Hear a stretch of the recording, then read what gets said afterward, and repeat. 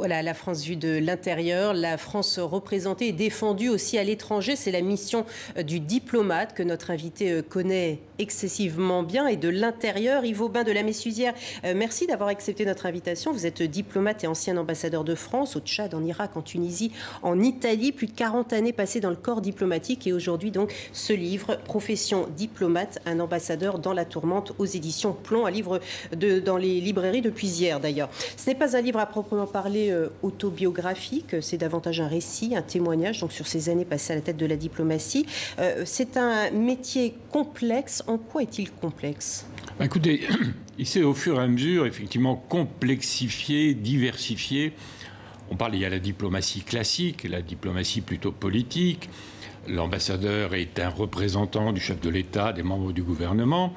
Il est là pour faire le lien avec les autorités locales. Donc il fait, comme on dit souvent, de la grande politique. Mais de plus en plus, il y a aussi, et ça a été lancé par Laurent Fabius, la diplomatie économique qui existait déjà depuis longtemps. Mais on axe beaucoup sur la défense des intérêts économiques. C'est le rôle d'un ambassadeur et d'un diplomate.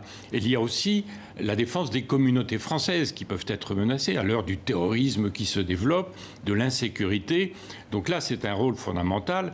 Et il y en a un autre auquel je tiens beaucoup, d'ailleurs je le développe dans mon livre, c'est ce qu'on appelle la diplomatie d'influence, le soft power, c'est-à-dire la diplomatie culturelle. Et la diplomatie, voilà, la diplomatie culturelle et notamment également portée par la francophonie que vous avez toujours ardemment défendue. Ardemment défendue parce que j'ai eu des responsabilités. J'étais directeur de cabinet d'Alain Decaux, on avait engagé une grande réforme de l'audiovisuel extérieur, et TV5 était partie prenante, là, bien entendu. Et j'ai cru effectivement à l'importance que pouvait avoir notamment l'audiovisuel, que ce soit radiophonique ou télévisuel. Et on voit donc qu'il y a des résultats, parce que maintenant, le développement de TV5, la création de France 24, l'amélioration de Radio France Internationale, la création aussi d'une radio bilingue médien, dont j'ai été le concepteur. Voilà, donc ça, j'y crois beaucoup. Donc tout ça, ça fait partie de ce que vous défendez ardemment, c'est-à-dire cette diplomatie d'influence. Oui, parce qu'elle est menacée dans la mesure où les moyens sont réduits. Les moyens du ministère des Affaires étrangères, là où il y a effectivement des marges pour diminuer les crédits, c'est justement dans le domaine de la francophonie, de l'audiovisuel extérieur, de la langue française, de la coopération. Et quand on est diplomate comme ça, on a une part d'autonomie. Quelles sont votre marge justement d'initiative personnelle ? Alors je crois beaucoup plus qu'on ne le croit. Parce que, effectivement, d'abord, les diplomates sont plutôt discrets, ils s'expriment peu sur place, ils devraient s'exprimer davantage. Moi, j'ai beaucoup cru à la libération de la parole des diplomates, bien entendu, mais ils peuvent, par leurs interventions auprès du ministère des Affaires étrangères, auprès de la présidence de la République, souvent avoir, on est nombreux, le courage de dire les choses telles qu'elles se passent. On se souvient, quand il y a eu l'émergence des révolutions arabes, le président de la République à l'époque et ses conseillers parlaient de ces diplomates qui n'ont rien vu venir. Or, les documents étaient là.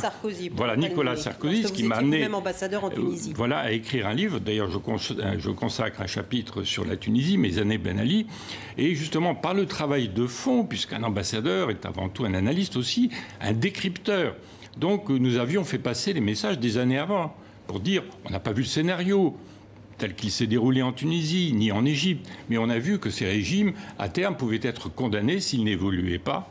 Et c'est là l'importance du télégramme diplomatique. J'ai appris en lisant votre livre qu'il existait encore. Moi, je pensais qu'avec SMS, les réseaux sociaux et tout ça. Donc, dans cette correspondance diplomatique, c'est là où on privilégie le fond. Vous avez toute votre force d'analyse en tant que diplomate. Ah oui, mais effectivement. Et moi, j'ai réhabilité en quelque sorte l'analyse et la dépêche de fond qu'on avait un peu oublié à l'heure des réseaux sociaux, parce que on est dans la diplomatie du temps court. Il faut aller très vite. On réagit souvent par le tweet. On voit bien qu'en 40 signes, on ne peut pas dire grand-chose.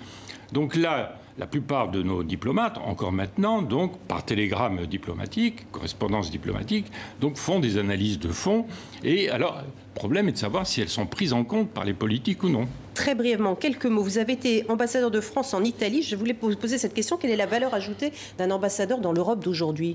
Alors là, je me suis posé la question parce que je n'avais pas vocation à être ambassadeur en Italie, je me sens très européen, mais pas italianisant.